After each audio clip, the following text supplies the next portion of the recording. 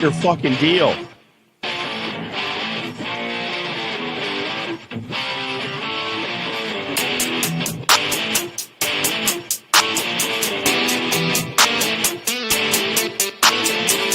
Welcome to the show.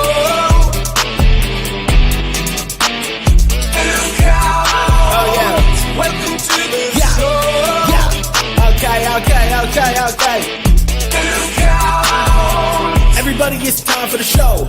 2 count, we about that go. Best in the Midwest, and we up next. Go and ring the bell, ref, cause here we go. Comedy meets wrestling. Yeah, we doing our own thing. Square circle and a microphone. 2 count on everything. Can you smell what we're cooking now? Other shows, they ain't got that style profile. And while we strut, arm raised with 2 fingers up. JR, Big Ace, Tommy 2, they something else. This show be dynamite. Next level, top shelf. I'm like, ah. Welcome to the show.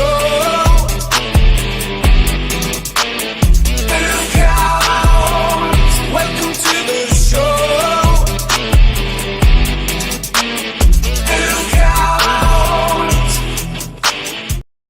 Yeah, baby, that's our Emmy award-winning theme song. Or was it Emmy or not Grammy? award-winning. Well, not Not award-winning. that song. Shut up. I'm taking all that credit. I'm doing it just like it's comedy bullshit. Just like those bastards that were standing in line on Last Comic Standing, and then they use it as a credit. Dude, that was like a week ago. You're still on? I'm on it all the time, damn it. It's a good beef to have, Ace. Okay, because I get it is. I was on Last Comic Standing. No, you weren't. You stood in line. That's like me saying I was on the Sammy Guevara vlog. That's I like- was standing in line waiting for the goddamn full gear fucking See, there bowling. you go. But weren't Amazing. you in Ego's vlog? Didn't they get a video shot of you two and at the mall? Yeah, when we were just talking real quick, and then also I was in that last photo from the fucking Jericho cruise. Yeah, you guys see my stupid big ass fucking head? I did. That's what I was going to say. You can use that as a credit. I was featured on the Chris Jericho cruise. Actually, you were multiple times. I'm going to say not only was I featured on the Jericho cruise, I'm going to say I fucking headlined a comedy show. Yeah. Anyway, asshole. those of you that tuned in right now, you realize we're missing someone, and Whitney will not be with us this evening. She's got an other commitment that will not allow her to be with us. She did. No. She not dead. She failed She us. have double pneumonia, and that's the Pope. She's on her deathbed. Everybody. Wait, Whitney's the Pope now? Well, I just What kind of fucking universe is this? It's the best. It's whatever we She might want to get do. better advice than the Pope. Who knows? Who knows? Could you imagine? She Whitney accidentally came up with a great idea for a topic that we're gonna do next week. Oh, no kidding. And we're gonna keep it with wrestling skill only, because we don't get political on the show, because that's just all bullshit. We like to have fun. That's true. But we're gonna do a Royal Rumble of the presidents next week. Ooh. Every president. I already know who I got for my winner. Who's Are your we? guy? Are we? Yeah, are we waiting? I ain't telling you. Oh, now we got to do research. I'll tell you next week. But I already got my pick. Motherfucking Grover Cleveland. Yeah, That was a big son of a bitch. Neither of you pick my guy yet. I would. You shouldn't pick Teddy Roosevelt or Teddy Roosevelt. Yeah, Theodore Roosevelt or the other Franklin Roosevelt. Fuck no, dude was in a wheelchair. Yeah, why would I fucking pick the guy with polio? He ain't gonna win. He might. It's so hard to get him over the top rope with like that fucking dead leg. That's right. Plus, you got to get the whole chair because he's strapped in. Mm-hmm. It's true. Mm-hmm. He could take. You know what? He doesn't even make it into the ring. He just gets that Zack Ryder treatment right off the fucking stage. Whee! I'm excited about that. That'll be fun. So you guys were at a show this last weekend, yes? I wasn't. Oh, you weren't? Nope. Big Ace had his big premiere there. His debut. Social Experiment Wrestling. Yeah. He doesn't even want to talk about it. He's just like, no, he's busy. I'm sharing everything. Just another good show that he did. So other people come here. Well, it was a great show. There we go. Okay, shared. It was a great show. Like, no one knew what to expect going in. I had not met the promoter other than a few messages about the show and bringing me involved. It was a locker room of a lot of smart people. I'm going to say that. And, the promoter went above and beyond Jason on everything that he did. And then with the help of guys who've been doing this for a long time, everything came together how it needed to come together. And the show was great. Shout out to AJ O'Callahan and his lighting. He made that thing look sick. The X behind in the walkway, that was all him. The sparklers were going bright that night. What's the name of this company again? Pink Square or something? Red Square, I think. Pink Square, what the fuck? I don't know. I can't remember. I remember just you were making fun of him the last time. I didn't make fun of it. Oh, what? You know what? I don't need any more enemies. You don't need to piss more people off. Yeah, I do. And like, I think going in, we knew that like they had front row and like some VIP tables all sold out, but no one really knew. And it's a really small town. Yeah. Reedland, Iowa. Very small town. So didn't know what to expect, but the place was jam packed. Oh, cool. And from the second it started till the end of the night, it was just fucking hot. A hot crowd, loud as could be, had a blast. Not everybody was able to make it. Luigi Primo had some flight issues, so he ended up not getting into town. But the two headliners made it. Rhino and Heath Slater were there. Worked with the 319, which very funny telling those boys, like, huge match for a team that wasn't really supposed to be a tag team. Like, I don't think anyone saw that going very super far. It was serving a purpose in APW. Well, those boys better thank Jason Prentice for putting them together. I tell you, because it fucking has worked, right? Well, and on top of that, it's by Waterloo. They're the 319, so a lot of friends and family obviously filled that joint for those two. So that helped. But I'll tell you what, that crowd was so lit for that main event with those two, Rhino and they played the crowd so good. They were both getting chanted. It was, it was cool to see for those two to have a big moment like that at a debut company, at a debut show, with knowing how it's going to go, bringing in these two big names, and both those guys were super cool. Very, very nice guys. So it was a lot of fun. It was a very big success. The next one's March 22nd, Albert Lee, Minnesota. Heath Slater's coming back. Hornswoggle's going to be there. The Vaudevillains are going to be there. Oh, I still have this. John Wayne Murdoch's going to be there. The Dope Kings, and some more. And also, there's some shows going down later in the year, and some venues have changed. So I don't have any updates on all this. I know at one point we're doing a show at Diamond Joe's Casino. Oh, no kidding. That's going to be a good time. And I know that there's some really great talent that's going to be involved in some of these upcoming shows. Talent that we've watched for a long time on the indie scene, and then also some names you might have seen on TV. But yeah, hopefully it carries over to Albert Lee. You never know. Different town, different state. So we'll see how it goes. But yeah, everybody in this area, at least, I mean, we're Minnesota guys, right? And I'm specifically Southern Minnesota. So, I mean, if you're watching this and you're in our area, it's definitely worth going to on March 22nd. It's going to be a fun show. Excellent. Well, hell yeah. We also have advertised that we have a guest. We do have a guest tonight. You want me to do the intro? Because why don't you? I feel like doing like the intro for like 5 minutes ago. Why don't you, Tom? Fair enough. Well, we know this gentleman from Waterloo's Hall of Fame weekend, Absolute Pro Wrestling. This is not just a man's man, but he's a man for all the people. He is the one, the only Trent Hammer, everybody. Mother effing Trent Hammer. What's up, guys? Thanks for having me. Hold on. I gotta fix this. Damn it, Jay. What? Don't damn me. No, it's perfect. There we go. Fixed it. That's right. One job, Jay. See, I was going to blame Tom. I figured Tom screwed this up no matter what. Tom always screws everything up. The problem is that we can't when we move it to this format on the screen. it doesn't allow us to say, okay, camera 1, 2, 3, 4. It just throws it up wherever the hell it wants to. I know, but it's fun to yell at you when it happens. You can just suck it. That's all I can tell you. I mean, you big goddamn announcer motherfucker. Go suck it, because you can announce like a god, but you can't run shit. So there. Whoa, Jesus. Look at Trent, look at the animosity you came into. And Ace, I don't know what the hell's going on in his background there, but something needs to get fixed. These are the babies. Those are the babies. Yeah, he's got some golf clubs out already. Hey, we quickly went into golf season in Minnesota here. So, did we? I got 70-degree temperature change was a little something, wasn't it? It's amazing. Who would have thought February would have been so goddamn good to us? I'm hoping, just knocking on wood, it fucking doesn't turn again. Anyways, Trent, thank you for coming. First of all, I love the shirt. Thank you. Yes. I love the studio. We were talking about it beforehand.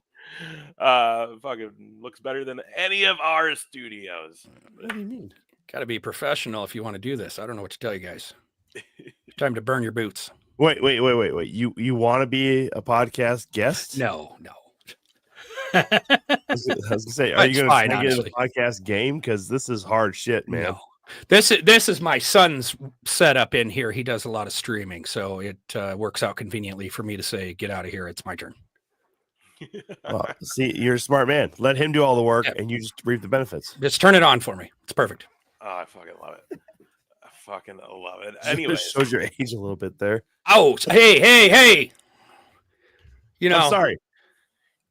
I remember when I was graduating from junior high, and you were graduating from college. So be careful now. Well, I mean, back in 1982, you had to do that shit. We had to talk shit like that. Malice is here. Welcome, Malice. Good to have you. Good to see you, buddy. So tell me more about this event you were at. It looked like a great card. I seen the Juggalo guys. What are the clowns? Oh, the Clowns of Funstruction. Yes. Brothers of Funstruction. Yeah. Yes. They didn't make it? They did not make it. Oh, bummer. They're great. I think they ended up having a double booking in Mexico. So Jesus. I had to go south. I've seen them a few times now. They're great.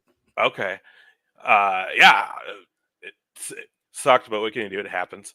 No big deal. And the other thing is there's a lot more shows coming up. I don't know who he all has booked already or who he's looking to book, but they may show up at a future show. What's funny is I was talking to those guys and, they're clowns. So it doesn't matter what they do as long as people can laugh and it works. He can trip getting into the ring and fall over and everybody just laughs like it was supposed to happen, even if it wasn't, right? It's great. Those guys are awesome. It would have been the perfect crowd for them because that crowd wanted anything and everything that was thrown at them that night. It was a hot building. If you guys saw the card, if not, go find them. Social Experiment Wrestling online. Follow it. You can see the pictures of it. Oh, actually, do I have it? I don't think I have it. Oh, come on, be prepared. Because the show's over, so I took it out because I put all the next stuff up now. Solid card. I mean, solid card. You had there was a scramble match for the Red X Championship. They had Jackson King was there taking on Dr. AJ O'Callahan and had probably the biggest babyface pop I've ever seen for Jackson King. Like, really? It was insane. He got a pretty good pop at that Winter Brawl. Yeah, and that's kind of where we figured it had to stem from because, people were cheering when the song hit. Yeah. But the minute he came out, it was like cranked. And then it just set the tone, like the whole fucking show. Good. That's awesome. Now, hold on, Trent. I got a big pop at the Winter Brawl Classic. So... hey, you got a pop. Is your leg okay? It looked like you didn't even get in the ring quite right, and you might have hurt yourself. I wasn't sure. I mean, I did pull something in the... yeah. The whole match itself was a real pain in my ass to begin with. So, having to carry it like that, it's good that I walked away with something. Yeah, perfect. We appreciate that. That's awesome. Great. I will tell you this, though. Fucking A, man. So that the venue was so tight that if any of you guys have used Austin Bayless's ring, which if anyone's having a promotion and needs to rent a ring, that is the man to rent from. The ring steps are pretty big. It's a big, bulky wooden structure of steps. We couldn't have them Saturday because of how packed tight it was in there. Oh, wow. God, you must be sore. Yeah. So for my fucking like almost 300-pound, 5'6" fat ass, not really 300, everybody, I'm embellishing, but fat. Fuck, did that suck, dude? And like I fucking pulled a muscle and fucking because you were climbing in and out of the ring to announce. I had to fucking hop in. Okay. You got to fill me in a little bit. Okay. Yeah, sorry. Yeah, so we had no steps. So my fat ass, I was like, well, I could just roll in. But God, hey, I don't want to roll all night. This coat's nice, and that's the last thing everybody needs to see is the announcer has to roll into the ring. It would have been funny the first time. Yeah, I wouldn't have been able to keep doing that. So that sucked. My leg got all chewed up. Fuck, dude. Oh man. Anyways, well, it's good to have you here, brother. Yeah, appreciate it. Glad that you can make it to the show. So, where does the wrestling road for you begin? Like, what was it that made you a fan? When was that moment, and how does it all just blend together to where here we are today? Oh, well, I grew up watching wrestling in the 80s, Hulkamania, Ultimate Warrior, Macho Man. By early 90s, I was a huge Bret Hart fan, Shawn Michaels fan, Mr. Perfect, Kurt Hennig. But I went to my first event in Sioux City, Iowa in 1990. So I've been a wrestling fan for a very, very long time. And yeah, I was huge into it up until the Attitude Era, about 98, 99, somewhere in there. Then I quit watching for about 5-6 years. And then got back into it, and it's been go hard ever since, really. Nice. So go ahead, Tom. Oh, I was just going to say, so based out of Sioux Falls, don't want to say Sioux City because I know how much you hate Iowa. Why do you go east so much, so man? Like you're in Iowa all the time. I love Iowa. I'm from Iowa. Oh, but I'm from Northwest Iowa. See, I come over to the east side, and that's where it's a different story. Okay, those people are different over there. Well, right? So that's why I gotta ask. Like, yeah, you got to be careful who you're around over there. Okay, you don't know what you'd be running into. See, the other thing too is, Tom, that from Sioux Falls, if he was to go west, there's nothing fucking out there. No. Well, there's nothing. There's nothing. You eventually get to Pier. No, you got to go out of the way to get to Pier. Well, I know that it's not straight west. There's Why are you defending South Dakota? I'm really literally not. Actually, it's just as bad as Iowa. Well, listen. Okay. Okay. Wait. Pause. That brings us back to the age-old question. We ask every guest this. We should probably make a graphic for this. Every guest that comes on our show that has Iowa roots gets asked this question. When you grew up in Iowa, Trent, was this a dessert for you? Would you go get like a nice bowl of snow and then go inside and just sprinkle a bunch of Hershey's powder on it? No. That's the quick powder, nothing. He's from Northwest Iowa. I'm from the ice cream capital of the world. We have ice cream everywhere. Oh, I'm from Lamar's. We have ice cream everywhere. We don't eat snow. Don't need to. So again, JR, you're losing this battle. You're losing. I'm not losing anything. Yeah. This is something that happened. It's just to be fair, in the 1940s, things were a bit different. They didn't have they didn't have entertainment like we do today. Okay, things were just a little bit different.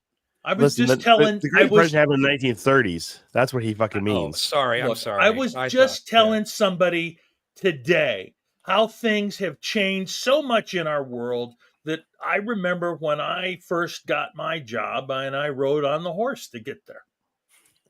Back in my day, good Lord, holy shit. Oldest man on Twitch is a fucking understatement at this point. He used to babysit Henry Ford, I hear. Yeah, I sat behind him in third grade. Yeah, I gave the medicine at the end of her life to Mary Todd Lincoln, and I tell you what, I don't regret a goddamn thing. Is this what it looked like when you rode the horse? Shut up! I'm not going to make it through this, you guys. This is crazy. But you see, that's why this is so much fun. Is because we don't care about each other. That's great. A bit. It's all just JR, how dare you? I love you, man. You're the and we're best. down, and we're down one tonight. We don't have the female tonight. Yeah, she's feisty. I'm glad. And she's just as brutal. I'm glad she is. She hates everything but Iowa. So like, if we go on anything in Iowa, she's just fucking all about just trashing that state because she got one speeding ticket out of Iowa. Oh, you'll get lots of. She now hates the whole fucking state. Yeah. Oh, it's so funny though. We watched it because they gave her the ticket, so like they had the link to her video. Yeah. So we watched it on the Joker. Oh, she's like, fucking and she just cruisers right by, and I was like, there's signs that tell you there's cameras coming that'll give you. Yeah, I saw them. I just didn't think they'd really do it. Right. Like, oh, they do it. Oh, they do it in Iowa. But yeah, that was fucking. Yeah, we see one as soon as we get across the border going down to Waterloo from Rochester, right there in Chester, Iowa. We see it all the fucking time saying, "Oh yeah, monitor by camera," and it goes from a steady 55, which no one fucking agrees about in Minnesota, so everybody's going 60, 65, straight down to 45, and then within half a block, it's 30 miles per hour, and then all of a sudden somehow down to 20. Like Chester, Iowa, fucking matters. See, let me explain this. Let me explain this because you guys are confused why I live in Sioux Falls, South Dakota. Out here in Freedom Land, the speed limit is 80. Okay, let me explain that to you. 80 miles an hour. If I want to go somewhere, I'm going. Okay. Now, hold on. Let me explain something to you. Depending on your vehicle, you can't always go 80. Because I did a show in Sioux Falls, and I was trying to come home, and I had that westerly wind coming right behind me, and I had a small Honda Civic. I got up to 80, and I could feel that thing start picking up on the fucking back end. And no joke, when I decided, like, hey, I'm going to go steady, like 75 miles per hour, keep this thing within range. As soon as I made that decision, I see a semi tipped over in the fucking ditch where people are fucking trying to do the whole, the whole sandbag line of fucking people bringing shit from that fucking down semi into another semi because goddamn deliveries have to fucking happen. Hey, somebody needs to drink that beer, okay? Yeah. It wasn't beer. I swear to God, it was like fucking patio pavers. I'm like, really? We all need to worry about fucking patio pavers at this moment? Okay. The stones need to go on, baby. Yeah, we don't clean our roads. We let you drive fast. Out here, it's just Freedom Land. I don't know what to tell you. Well, it kind. I mean, they will throw the gates across the interstate every now and again. Oh yeah, when it's brutal, they'll say nobody cross. Yep. Yeah. But we ain't gonna bother cleaning it. Don't worry about that. Oh, of course not. Yeah, well, see, that's the same. It's the same thing. It's the same thing as in up across northern Minnesota. They don't clean the road because it's like if you think you should be driving, you ought to know how to fucking drive on it.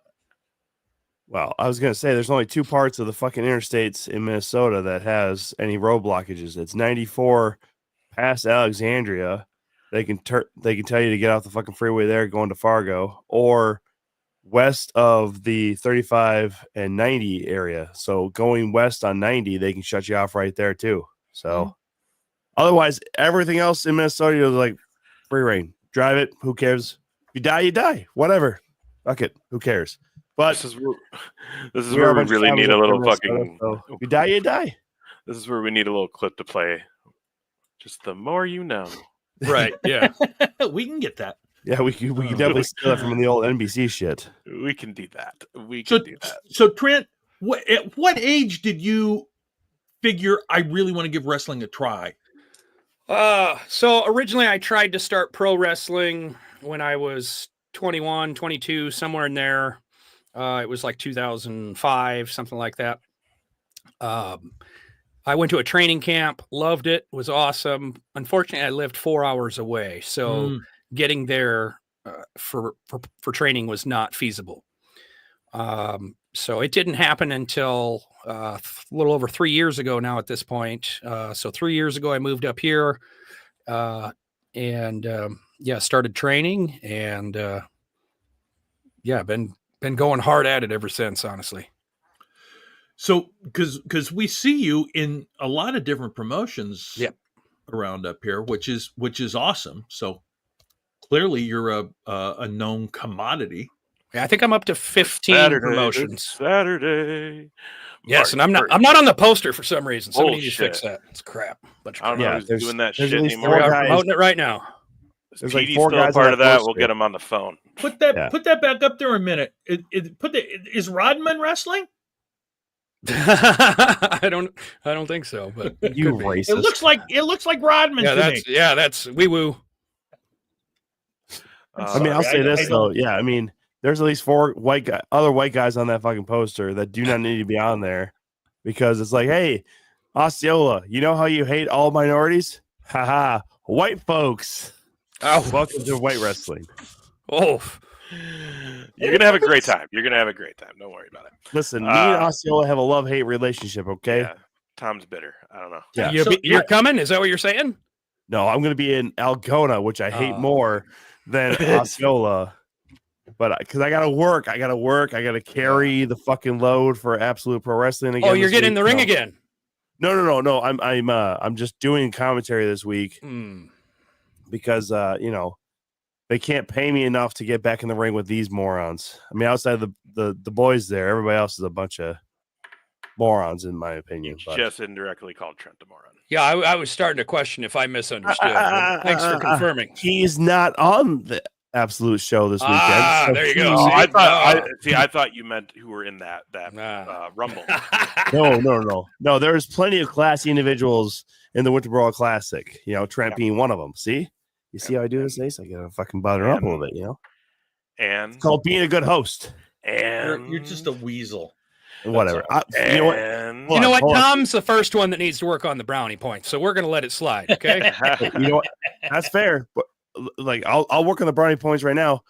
So we saw last year at the Hall of Fame, you had words with one of Iowa's favorite sons, James Jeffries, and you continued this every time you see him. You still go out of your way to call him out. So when are we going to see Trent Hammer in a ring with James Jeffries? I don't know how much longer James Jeffries, old man Jeffries, has in the ring. Let's be honest. It's a true point. I'm right here. I'm ready to make it happen. I want it to happen. I don't care who wants to make it happen. I'll be there. I've worked for 15 promotions. James has been to plenty of promotions. Somebody make it happen because we're ready to battle. I'm going to hit him with his own cane is what I plan on doing. Well, I mean, that was the thing. You picked probably his worst moment because he came through that we're going to call it a battle with Rock Riddle last year, and you called him out immediately afterwards. And, I mean, the legend that is Rock Riddle definitely took its toll on James Jeffries last year. So, I mean, are you like an opportunistic person like that, or you just figured he's right there standing for me? First of all, let's get one thing clear. Rock Riddle is my favorite person in the world. It shouldn't be, but okay. So you need to take a lesson in what a good professional wrestler is, and that's why James Jeffries got the whooping that he did. Well, James still won. Hey, listen, that referee, he's got something coming too. Wasn't James Beard? Yeah, those two are pretty close friends. That was an see, somebody else noticed. I will say that. Why is it that James Beard always gets into James Jeffries matches? There's something to that. I'm not something about that whole Texas Southern thing going on here that I'm not happy about. Well, that's a valid argument. That's a valid. See, if you ask most people in Texas, by the way, Denton, Texas is almost Oklahoma, and that's too close for a lot of them. So, yeah, I mean, is James Jeffries even Texan? Who knows? I mean, Iowa loves him like their own, like he's their own son. But they do that same thing with some of your favorite people from South Dakota, like a Chad Greenway. They still think he's from Iowa. He's from South Dakota there. Yeah, I've had it out for James for a very long time. So it just needs to happen because I'm going to show everybody why I've been saying the things I've been saying. Well, we like to say we have some sway around here, but we probably don't. But hey, we know some guys. We'll talk to some people. We'll see. Somebody needs to make it happen. I was going to say though, Trent, how do you go about when a guy's ducking you like James Jeffries is? How do you go about grabbing the attention of not only him but everybody else so that they realize that this has to happen? That's where I wish I was a little better at like social media, because then I'd be a lot more on top of these kinds of things, right? If I was 10 years younger, it'd probably be right in the perfect spot to be all on top of it. Right. I get tired of social media, so Right. I go in spurts. I'm in it real hard, pushing things real hard, and then I'm over it. I got a quick idea for you. Hire your son to help you. Right. That's he Yeah, if he's in probably the live he streaming- probably does better on YouTube than I will ever do anyhow. So he's There just you not. go. Yeah. So we got a question from Michael Pam here. Hey, Michael. Oh, Yeah, he has two first names apparently, and one's a girl's name. But anyhow, tell the guys what he did to you back in a wrestling show back in November. What did Michael Pam do to you? Yeah, so this is one of those cases where we've got to have better security at wrestling shows. Oh, 100%. 100%. The security was lacking. I was assaulted. And he chopped me across the chest as if he was a competitor. I blame my opponent in the match who encouraged him to do such a thing. And we're still fighting that battle, and I plan on full action. Well, against the opponent that night or Michael Pam?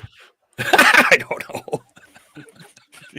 Whoever's there. Don't fuck up my bit, man. May I ask, was it a rugged pro wrestling show? Because we've seen no, that was at a Pinnacle Pro Wrestling show is what that was. Yeah. Pinnacle. Okay. All right.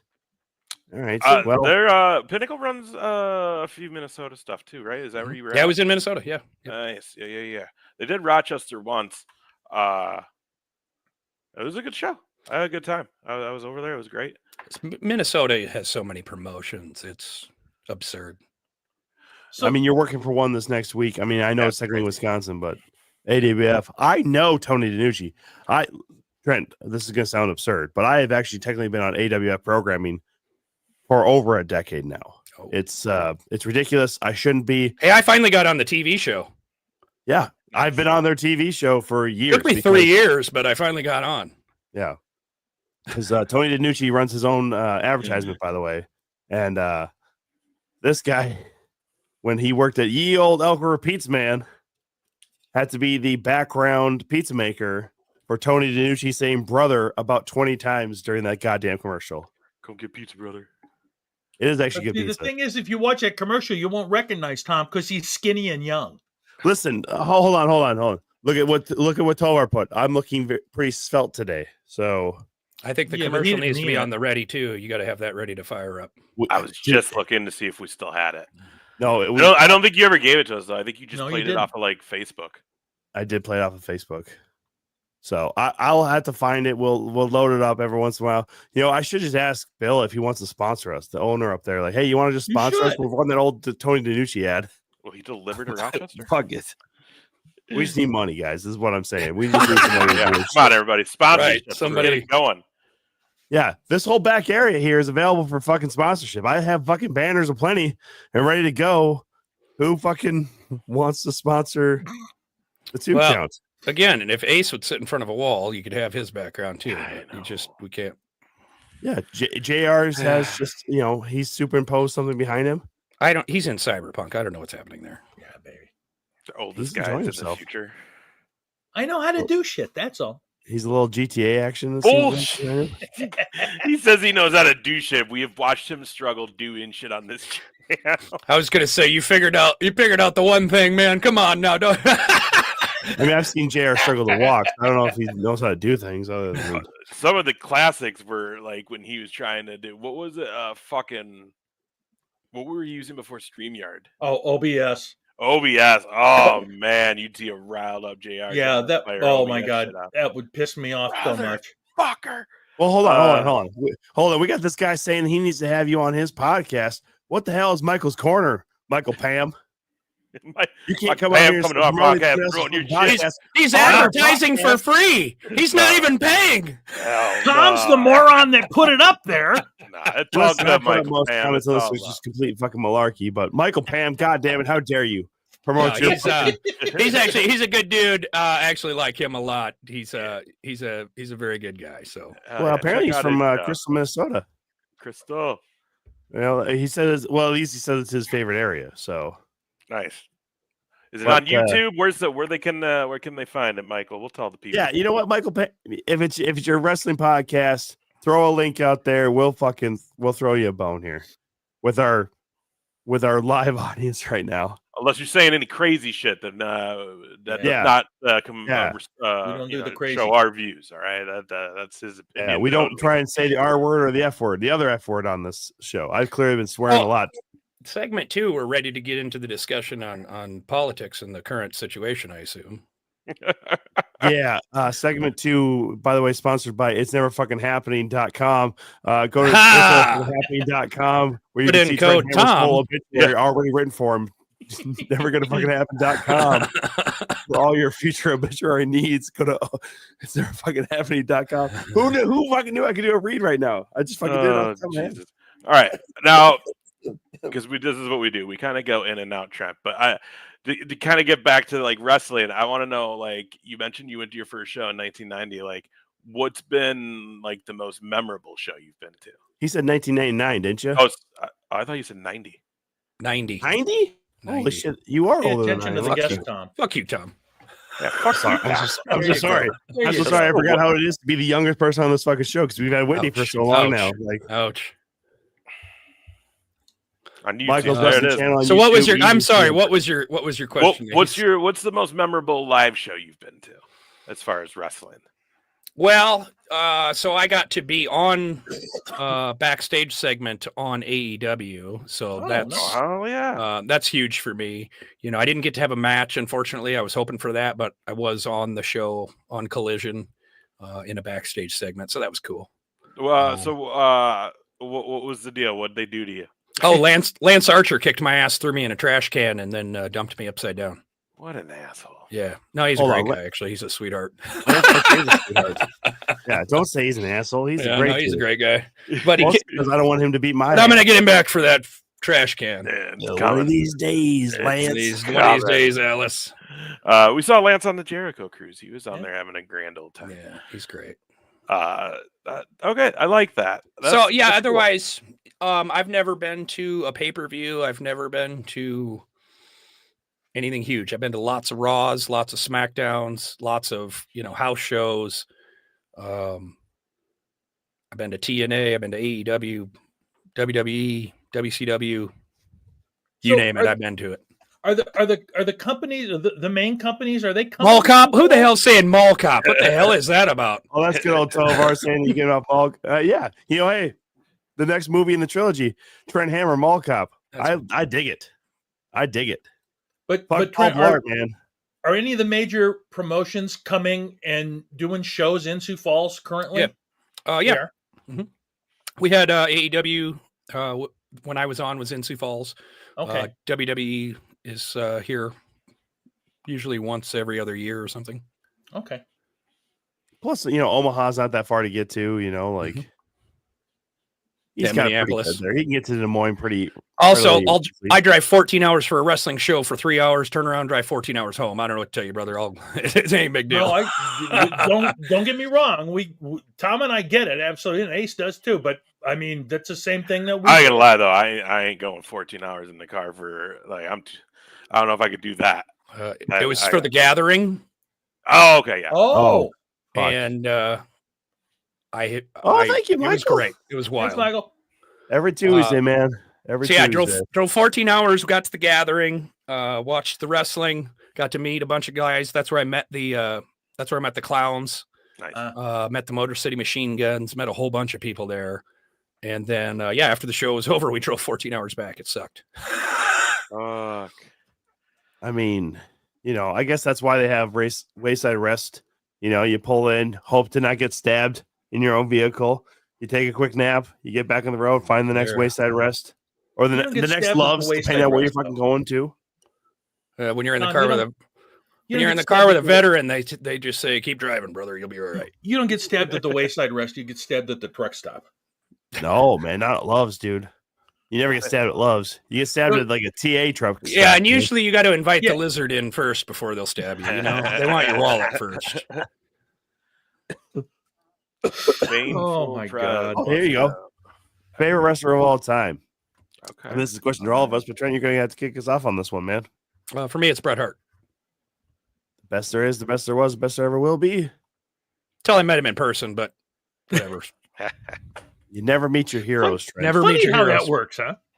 But as a wrestler, he's still my favorite. Well, so hold on now. If it's Bret Hart, what do you feel about like a guy like Jay Wesley trying to just emulate the Hitman in everything he does? See, this is why we have problems. This is why we have issues. Listen, I'm literally just trying to get you bookings, man. Like I already can try and get you somebody to give you a shot at James Jeffries. I'm not trying to give you Jay Wesley on a platter. I'm trying to help you, dude. Shut the fuck up and tell me your fucking reasoning for hating a guy like Jay Wesley. He is a pile of garbage, that Jay Wesley, and he's always showing up at the APW show with his freaking Jungle Boy buddy, and throwing up that 319 garbage. I talked to Jay over the weekend about you, Thomas. Oh yeah. Is he trying to hate on another ginger? Because he we were just talking about how you're. Now it all makes sense. Teaming together with the Reds. Got it. No. These two Trent used to be in a tag team called Fancy Ketchup. But here's the deal. Now we're just called Red Pandas. Rare. Yeah, Red Pandas. No, here's the deal though. Tom fucking shits on Jay. So Jay and I were just talking about how you're the third most favorite ginger in APW, and him and I are tied for first. See, there you go. Now he's shitting on you, Tom. 3rd out of 3 ain't bad though, Tom.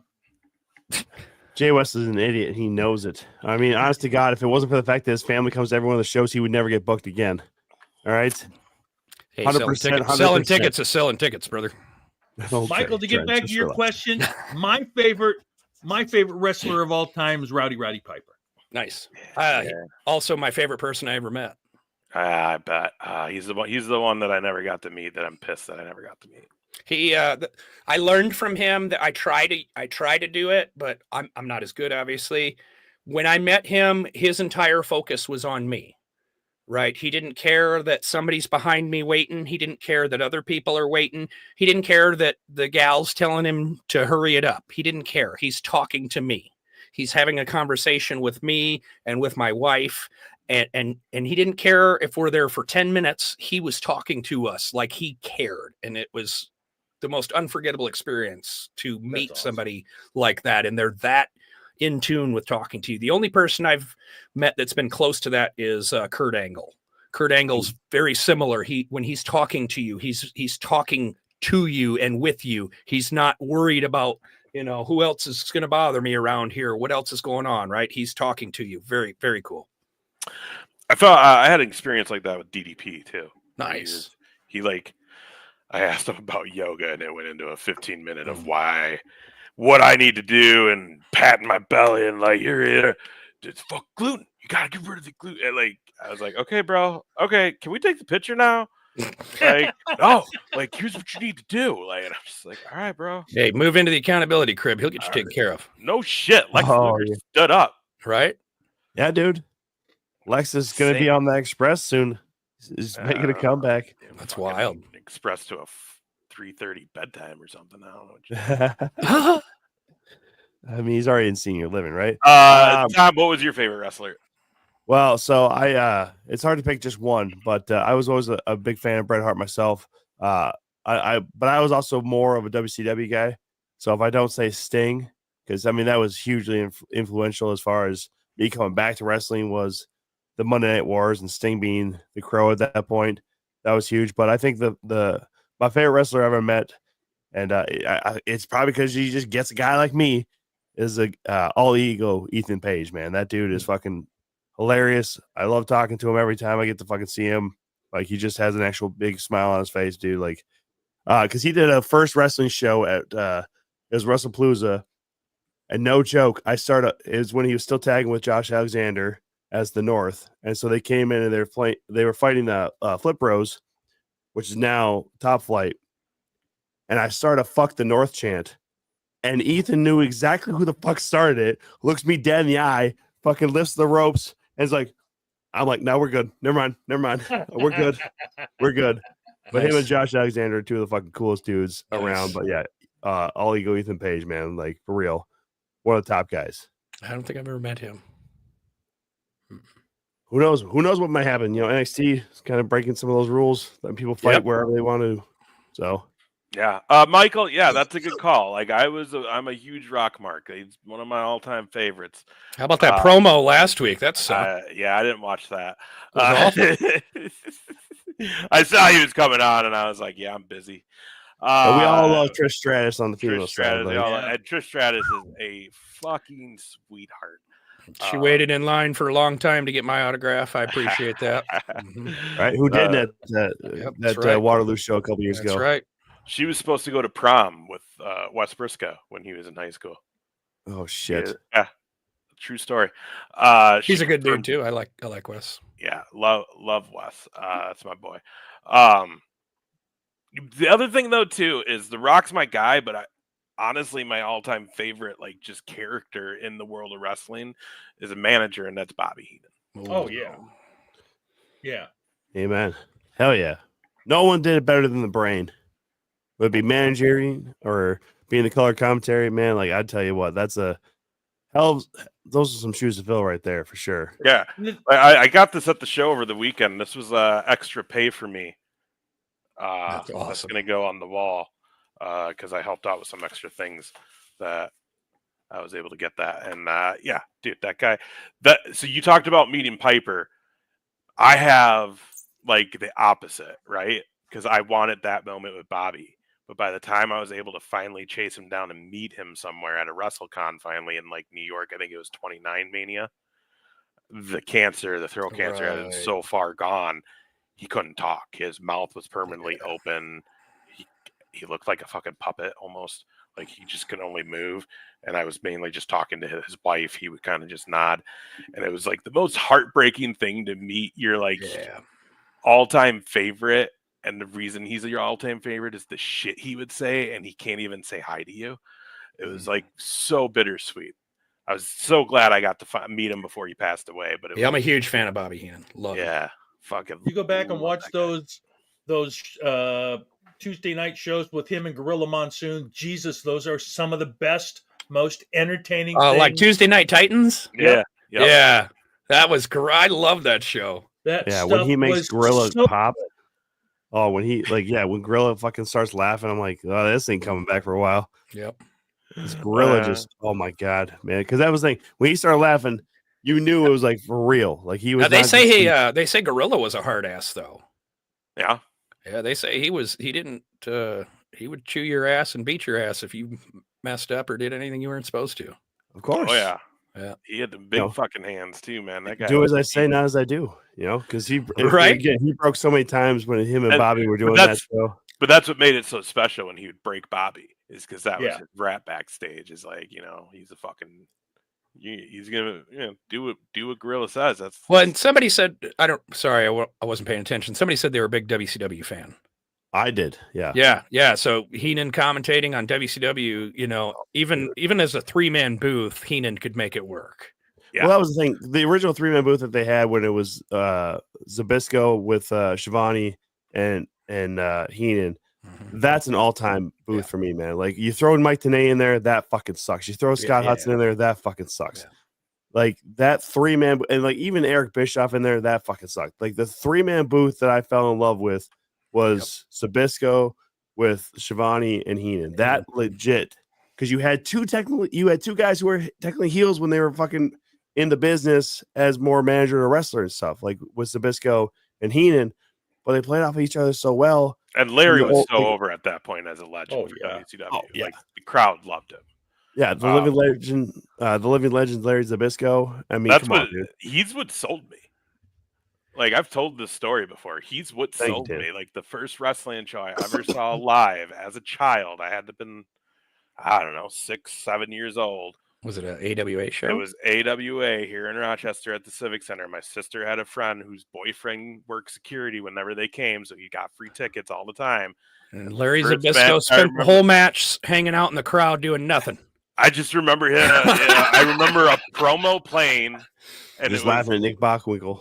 Yep, and it was Larry Land, and I was like, "Fuck yeah, I like Larry Land." And he came out and was doing the heel shit, and like Nick Bockwinkel, Slaughter, and after that, I was like, and I've had full circle moment, like been able to talk to Slaughter about, hey, you were like the first main event I ever saw as a child. That guy was like, I'm gonna love this forever, and then talking to Larry and literally having a cigarette with Larry Zbyszko, Nick Botwinkle, talking about that while then we watch the promoter fire and kick Hockey Talk Man out of the fucking premises, and him throwing his bag in his trunk and fucking skidding out of the fucking fairgrounds because he was being a dick to everybody. It was fucking great. It was great. That's like Ace's all-time favorite moment dealing with wrestling, and I know why. Because like you said, Honky Tonk was an asshole, and you're literally just shooting the shit with fucking legends, man. And they all hated Honky. I'm standing in between Larry Zbyszko and Nick Botwinkle. The three of us are just having a cigarette, talking about shit, and like Nick's like, "Yeah, you should buy my book." I'm like, "Yeah, I'm gonna fucking buy your book, brother." That's why I love the Hall of Fame, dude, because you just get to hang out with everybody. It's amazing. Yeah, they're promoting it now. I think all access passes are for sale. Some pretty big names coming out. Adam Copeland's coming back to induct. And then we got Bischoff's getting in this year. Tank Abbott. Ron Simmons is going to be there. Ron Simmons. It's going to be a pretty stacked card. I didn't see they announced Copeland. I didn't see that. They did. So they did it on Shotgun Wrestling. Shout out to Zach. He had the scoop on that one about a week. I thought that was when they announced Bischoff. Oh, wait, maybe it was. Maybe it was on JBL. It was on Briscoe JBL that they broke that. He's coming to induct his trainer. I can't remember who that is. I was there when he got inducted, and that was. I'll tell you what. You talk about a guy like Piper. That was another one. Edge was the guy that we were at Waterloo for the Hall of Fame. It was after the banquet. And we were like, we had asked him a couple times throughout the weekend, like, "Hey, can we just get a short interview with you, like for our podcast? It'd be really cool." He's just like, "Yeah. At some point this weekend, I'm gonna do it." Okay, cool. We go to the banquet the last night, and it's like, fuck, dude. If he doesn't do it after the banquet, like it's done, it's over. He just fucking ducked us the whole weekend. Yeah. So we go up to the band. He literally, everybody's taking pictures, signing. You guys know, you've been there, all three of you know what it's like. And like he sees us, and he's like, "I didn't forget. Just let me do all this first." So we wait like 20 minutes, everybody's pictures, handshakes, whatever. They all finally, like, one person came and asked for something. He was like, "No, I promised these guys I'd do a little thing with them." We start interviewing him, and it in like the first 10 minutes, like we were just so engaged that it was like we didn't realize that the entire banquet room emptied, and it was just the three of us in there, and then like the people cleaning. Nice. And we were in there for another half hour. And at the end, he was like, "You cool? Like, you sure? You good?" We're like, "Yeah, we're good. We don't need to keep going." Nice. Like, go. Like, super fucking nice. Just man, could never. And then Beth, his wife. I met her. I was there the year that she got in. She was great. Yeah. So funny story. Show. This will be a great place to tell a funny story. So that year that Beth got inducted into the George Tragos Luthez Professional Wrestling Hall of Fame, or she received an award, I guess. I'm sorry. I don't know what the proper terminology is. So an honoree. Let's call it an honoree. Sure. Yes. She was there. Whatever. Mm-hmm. Tom, stop correcting me. I'm sorry. Go ahead.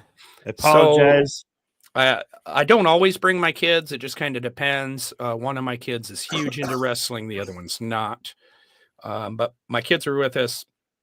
And my oldest is a huge fan of Edge, like his number one fan, period. Well, you would think, how's that possible? Because he was still very young when Edge retired. But, you know, I'm a wrestling nut, right? So I'm always watching old wrestling stuff. I'm always watching, you know, the network, the DVDs. I've got walls of DVDs. They could make that a background, right? But anyhow, so we went up, talked to Beth, said hello, and grabbed my son and said, you know, make sure you tell her who's your favorite wrestler. And he was all shy, didn't want to tell her. And they're like, she's like harassing Natty, like, "Oh, it's Natty. Is Natty your favorite wrestler?" And he's no, you know. Anyhow, he finally tells her, "Oh, it's Edge." And she goes crazy. "Oh, this is amazing. This is awesome." She pulls up her phone, goes right to Adam, pulls up, she takes a picture with my son and I, sends it to him, says, "I told you there's still Edge heads out here and people still want to see you." And then he shows up at the Rumble 4 months later. Oh, that's awesome. There you go. That's great. Right? Yeah, that's fucking He perfect. is the fucking best, the best fucking wrestling couple in the world. Right 4 or 5 months later, whatever it was. Yeah, that's fucking great. Yeah. So more reason to be in Waterloo, everybody. You get very crazy cool moments like that with very crazy cool people. So make sure you guys check that out. I know they just announced Wes is going to be there again, which I was like, I wonder if they told him yet. They did. I saw him on the poster. Yeah, I saw him on the initial poster. He knows. Yeah, he knows. I also was sending him pictures because as a wrestler, that's not a great feeling when someone shows you the poster and you say, "Huh." Well, news to me, right? It's one of those things where it's like, dad's gonna speak for you when it comes to the hall. Well, sure, yeah. So it's like but I was blowing him up this weekend anyways though, because like one of the last episodes that we did of the Briscoe Big A show, because it's kind of on a hiatus, was with Heath Slater. So when we worked together this weekend, I was like, oh, fucking full circle. Which, by the way, another great guy. If you ever get the chance to meet those two, him and Rhino, fucking gems. They were so nice to the fans, and fucking Heath's just funny. He's just a funny cat, dude. And he looks funny. He is. He's just a cool cat to be around. It was a lot of fun. But now you talk about all these cool people and stuff like that, and what they've brought out in the wrestling thing here. Before we get to these final segments, I want to bring one more question at you. Like, what has inspired you along the way? Like, what has made you Trent Hammer up to this point? Oh man, thanks for stopping in, Michael. Later, Michael. Thanks for hanging out. Hey, thanks for stopping by. Honestly, for me, I grew up. We talked about old school wrestling, right? 80s, 90s. That's what I grew up on. When I came back to wrestling, I took a break from like 99 to 04, 05, whatever. When I came back, it was very different. And then I also got introduced to the Indies, which is different. And then, television wrestling continued to falter and started to suck. And, eventually it was like, man, it was like, when I was in my 20s, it was often a thought of, I'm not big enough. I'm not tall enough, even if I could do it, who knows if I'd be any good, right? You give yourself excuses, right? Just, put yourself down and try to put blocks in your own way, right? But eventually I was looking at the wrestling just going, this stuff sucks so bad. There's no way I'm worse than these guys, right?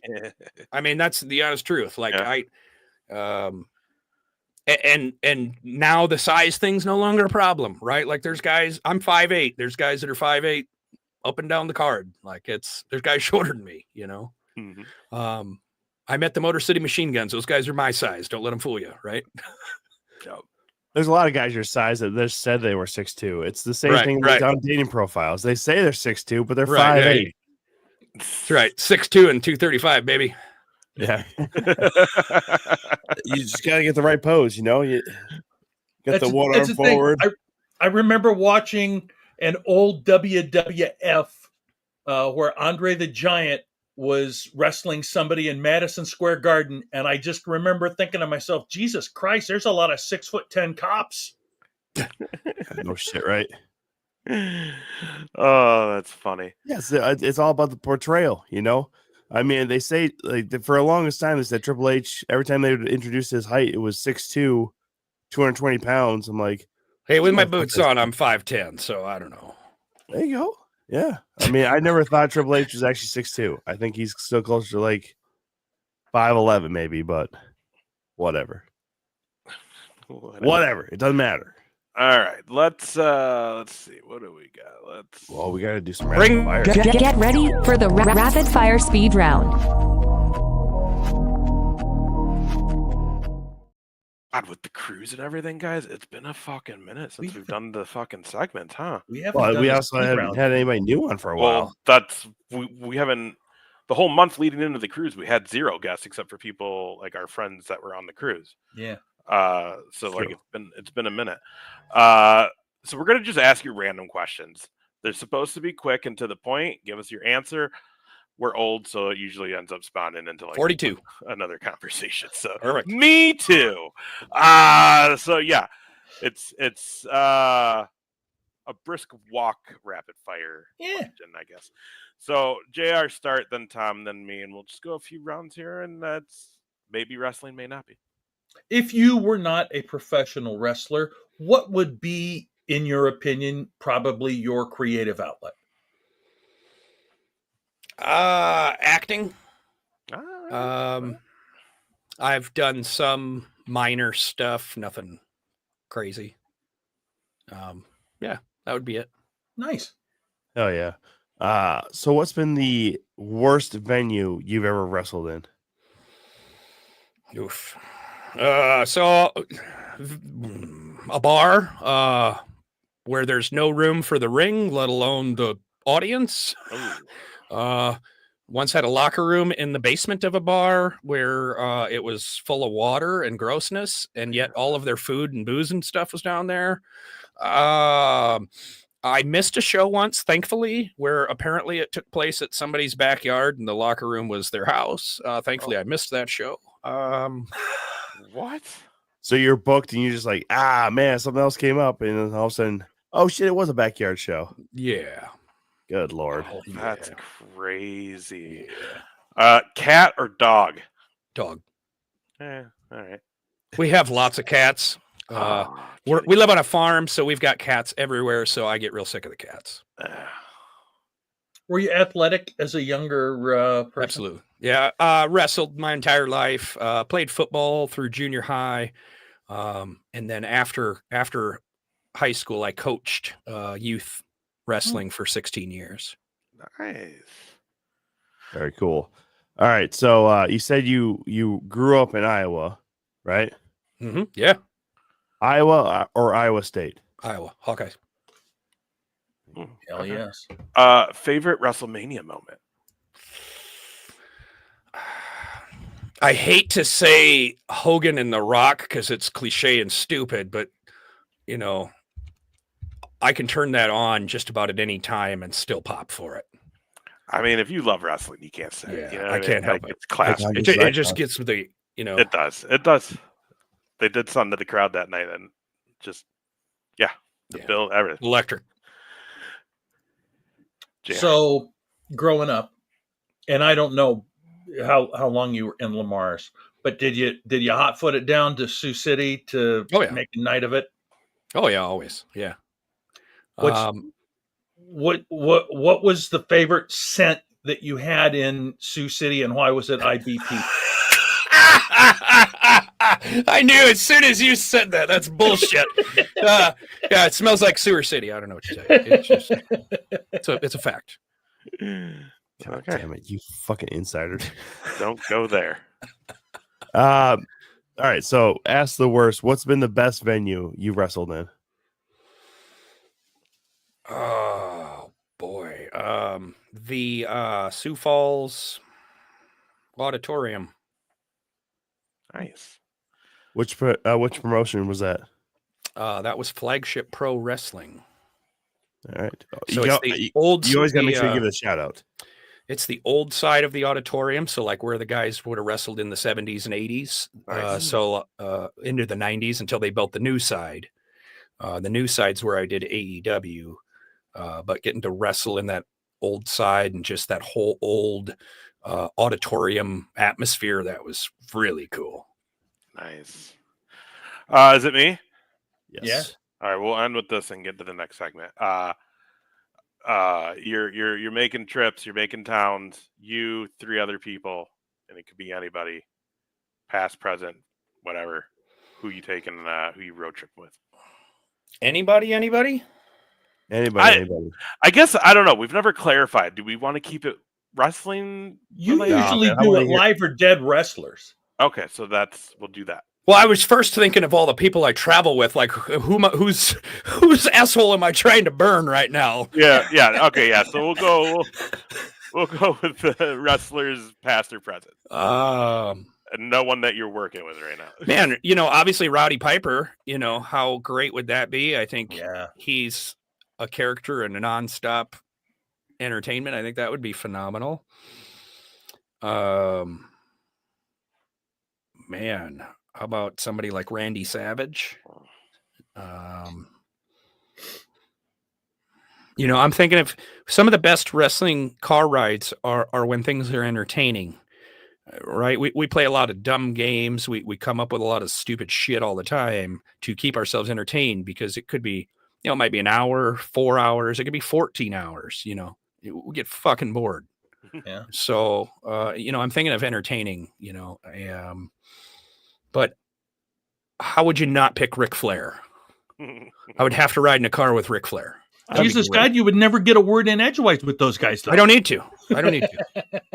I'm just thinking like Ric Flair on an airplane flight. Yeah. No, thank you. But in a car ride, sure. Yeah, absolutely. I'm down for the airplane ride, man. I don't give a shit. I'm just saying, because there's two things bad that he's done on like two things that have gone terribly wrong on airplanes with Ric Flair. One, an airplane crash with him in it, and then the airplane ride from hell. So like, he's probably not a guy you want to fly with. But yeah, probably road trip. I'm sure that's fine. Before we do the next segment, though, I got one more quick question. Have you had opportunity or been asked yet to wrestle at the Corn Palace? No. Do they do shows there? Not that I'm aware of. Not that I'm aware of. What the hell? This is the next place Madhouse has to go. Fucking Corn Palace. All the way to the Mitchell Corn Palace. Fuck yeah. There's money to be made. Tell Mike and Luke. And Luke. There's money to be made at the Corn Palace? I don't know about that one, brother. All right, we're going to get into the next game here.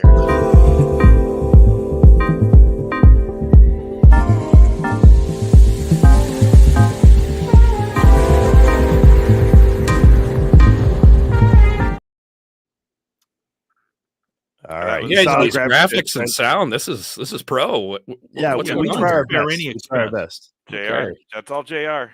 Yeah. Now this is not me giving a big head. It's not named after me. It's literally just an outcome of us talking shit about it, to each other.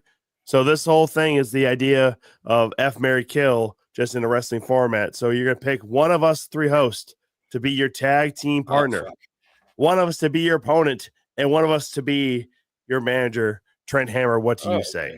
Okay, well, Tom, you're my opponent. I mean, this is clear. This is okay. Smart. Fair enough. That means Ace has to be my partner, and JR, you're going to have to delegate role of manager here. That's perfectly fine. I'm happy to do it. Oh, I really thought this was going a different direction for a moment. I was getting real. I was starting to worry. I thought, oh boy. No, that's a good pick right there. Is that one of the more popular options? That is the most popular option, because that is the 25th time that Ace has been picked as a tag team partner, the 23rd time I've been picked as the opponent, and the 29th time that JR has been picked as a manager. Smart people know how to pick stuff. Yeah. I suppose so. The last time we had this pop up as the answers was with Ricky Bronson, who picked this exact same lineup back on September 10th of 2024. Everybody just wants to kick the shit out of Tom. That's all. It seems that way. I am apparently the heel on this show. I mean, these guys treat me like I'm the fucking babyface because they talk so much shit about me. But apparently, I am the heel. We if you want to have some fun, go back to and watch our Josh Morris episode. That kid left with scars. Apparently, by the way. Oh, was that the kid that the saucy one, Josh Morris? Yeah. Oh, this kid. Yeah, he left with fucking scars. That kid hated me for a while afterwards. He had no business. Like, we were doing someone a favor, basically. Like, he was like, you should have this guy on. He works with my wrestling promotion. And this guy's like watched our show for a long time. So we were like, all right, man, you're cool. Yeah. And this kid had no business being on this show. He was fucking just like, we were clowning on him in the chat, but then Tom was just like, it got to a point where we were kind of we were indirectly clowning out, like he just wasn't picking up on it, and it was just awful, dude. Like, I hope he watches it back and it's like, oh well, if I'm gonna be in the wrestling business, I should probably not do that, because I don't even remember. Was he like fucked up or something? No. He was just too stupid to hang with us, and I mean, it showed through. Like, I think the kid is a probably nice kid. But we told him well before the show, like, we will give you, the business a little bit. We will, I'm the heel. Like, I will be mean to you. We tried to warn him, and the kid just had no idea. Like, nice enough kid. I hope he's still doing well, but like, it left some scars, and you could tell like he was he was, as the kids say, shook after that fucking 2 count episode, man. So Yeah, I seen the news report the next morning. It didn't end well. yeah.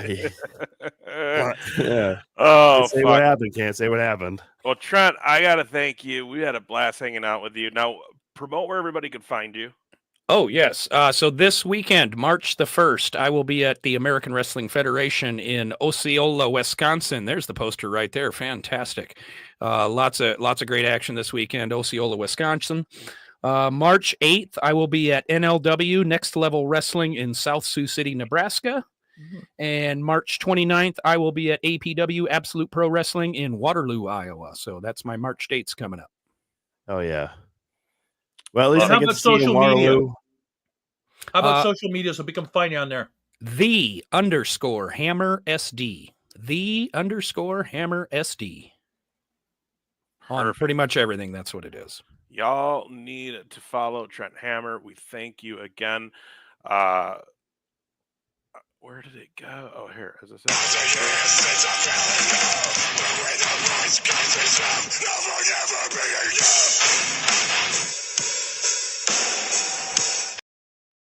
Trent, sorry. Trent, you know that Joey Jojo is not well received in Waterloo, Iowa. We're on a mission to change that. We're going to make that kid a star with that talent he's got right there. That should be viral. we love Joey Jojo, but that I think is how we should end every guest segment. Is be like, by the way, you want to see this? Well, Joey Jojo, there was another video, and Tanner posted it. Sorry, Cole posted it. Tanner? Cole Cannon posted it, and I said I was going to play it on the show tonight. And Joey was like, "You better send me the link." I was like, "Cool." So I wanted you to see that, Trent, because it is a great way to go. Because this kid hops everybody up. Well, I appreciate it, guys. Had a blast. So hell yeah, brother, and we'll see you soon down the road, bud. Yes, sir. It was awesome, Fred. See you on the 29th, buddy. Thanks, guys. Take care. Continued success. All right, bring in the young blood there. I'm gonna pull it up. I gotta share my screen.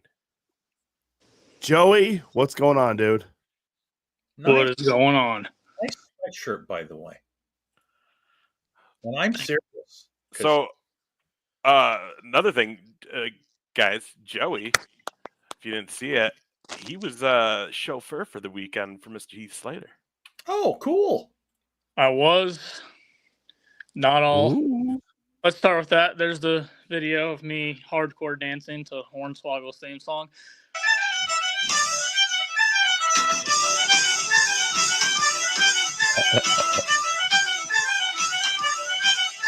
Let's start this over. Yeah, there we go. Fucking moves, bro. It works. It works. Look. Hang on. With the music, it sounds like you're it was still playing in my background. Like, here's the thing, Joey. You have no idea, because I don't remember how this got shared on here. Was this from our Christmas show? I can't remember, but I just know Whitney went nuts over it. Oh, Whitney, this is her favorite video whenever it gets played during it was the group chat for the Christmas show. That's how it was shared. Yeah, so like this, anytime we play this, you're Whitney's favorite fucking person in the world. But everybody.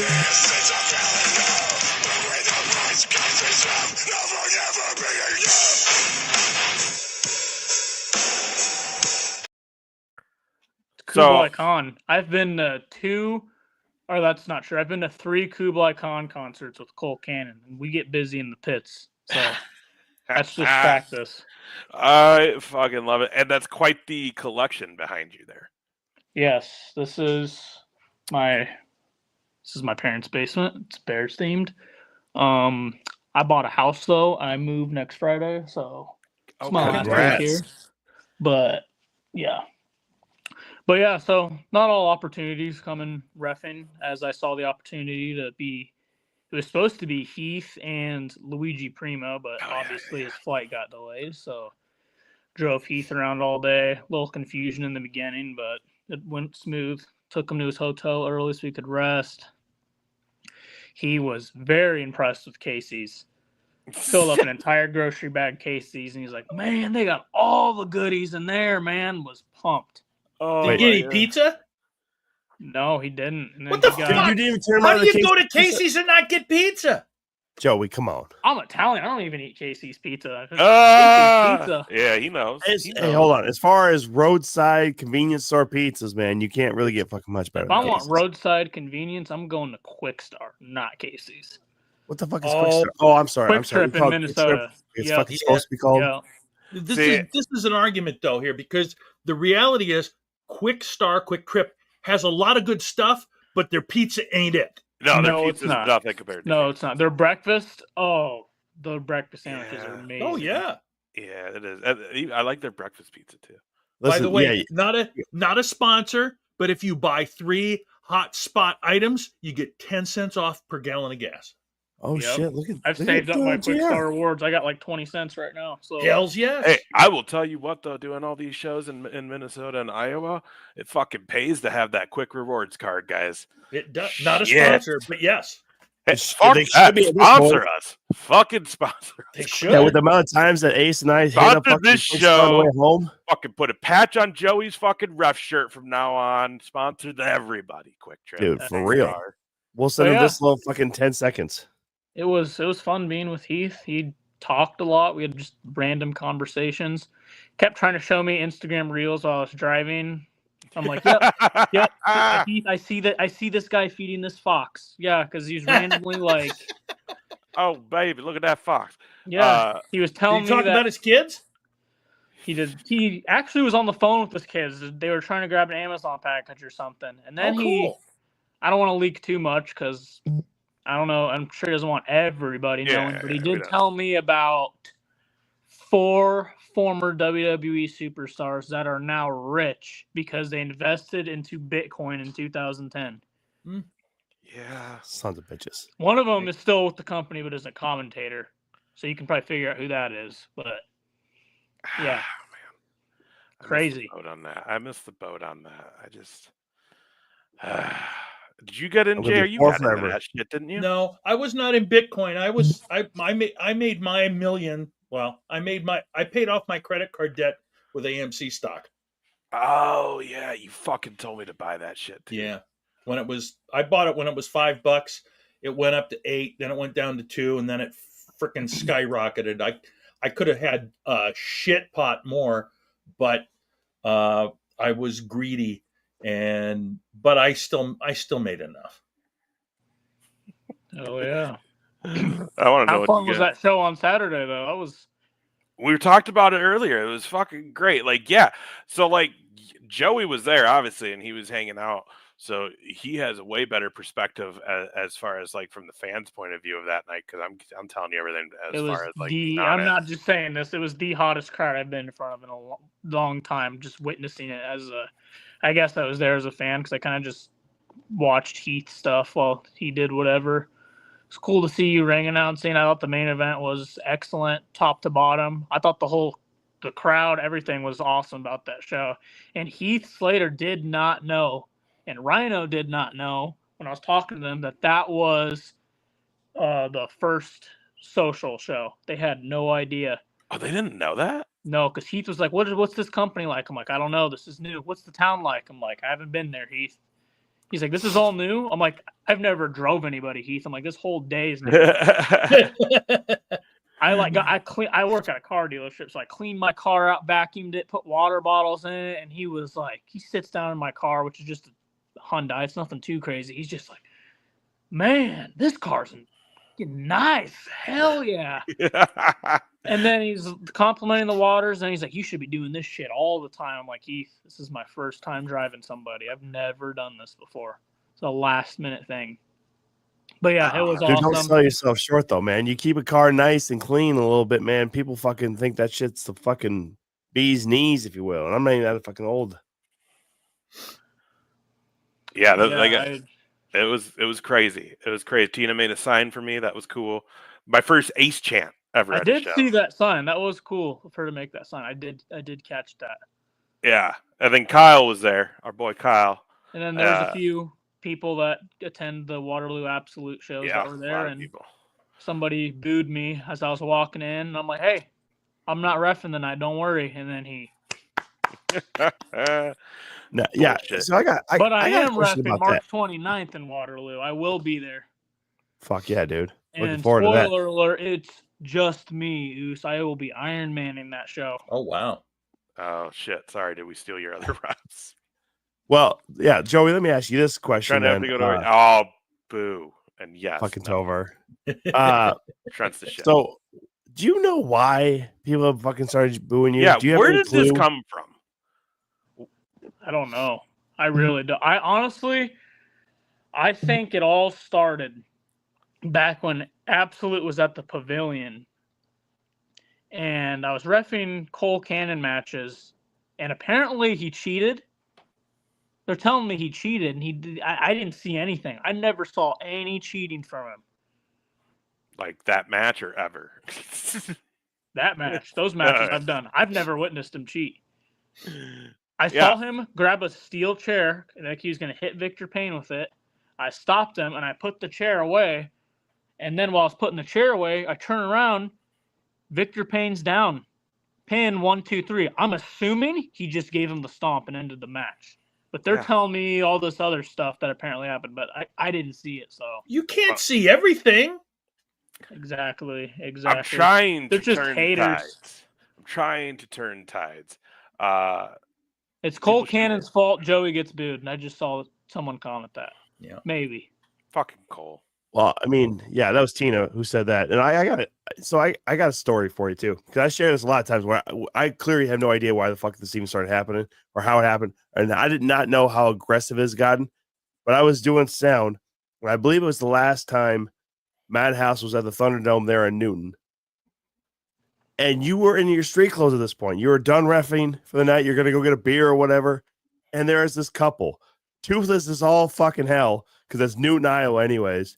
And he stands up and he starts fucking yelling at you, cursing at you. And I'm across the room and I'm seeing all this shit. And I literally stand up and start removing like headphones or whatever. I'm just like, am I going to have to go fucking make sure that Joey's okay here? Because then she starts saying, and you just keep walking, which is a smart move because. No, this was Waterloo. That was last year's Winter Brawl Classic. No. I'm talking about fucking Newton, Iowa. You were done reffing. I think you reffed the fourth out of like 6 matches or whatever, and they still had like Christian and Myers because that was go. when they did Jimmy Wild and Bryce, and they fought in the crowd. Yes, I remember that now. Yeah, and then they're sitting by the extra and shit. And I'm like, what the fuck are they doing? And I remember hearing the lady scream something at you, and I was like, that's aggressive. Yeah. I think she wanted me dead or something. She said something like that. Yeah, because that shit fucking like that kind of ruined my night. I'm like, these motherfuckers. I thought they were going to attack me. There's been a few times I thought people were actually going to attack me. It was the Waterloo Winter Brawl Classic last year when AVB won.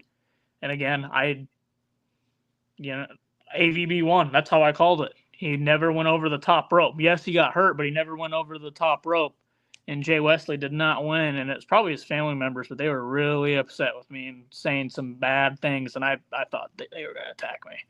Well, you did mention as far as like Cole Cannon might be the reason you get booed and shit like that. There's that guy who always sits front row at the Absolute shows in Waterloo that always just yells constantly at Cole and yells at Jackson King. At least he used to yell at Jackson King. Oh, William. Yep, he was at the show on Saturday. And I was like, don't worry, William. I'm not referencing that, brother. And I also don't take opinion serious of grown men who wear Kenny Omega t-shirts. So. Oh shit, dude. Fuck. Here, hang tight, Joey. Let's do this while he's here.